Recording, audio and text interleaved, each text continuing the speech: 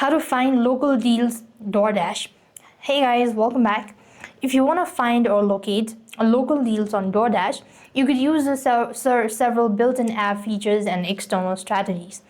Now, if you want to use or if you want to do it within the DoorDash app, you would simply open the DoorDash app onto your device.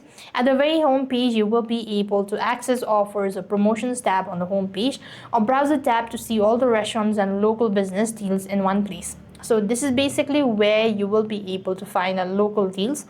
In the very home page, you could go ahead and categorize it according whether you want groceries, happy hour, Aldi, or convenience, chemist, whatever that you want to. You just can go ahead and look for it and select the tab accordingly as well.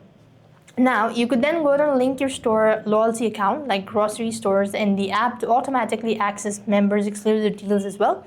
And after placing an order, you could also look for the option to add items from a second nearby store like a convenience store or ice cream shop with $0 additional delivery fee as well. So this is how you're supposed to find local deal on DoorDash. With that being said, we've completed our steps. Thank you for watching. See you in the next video.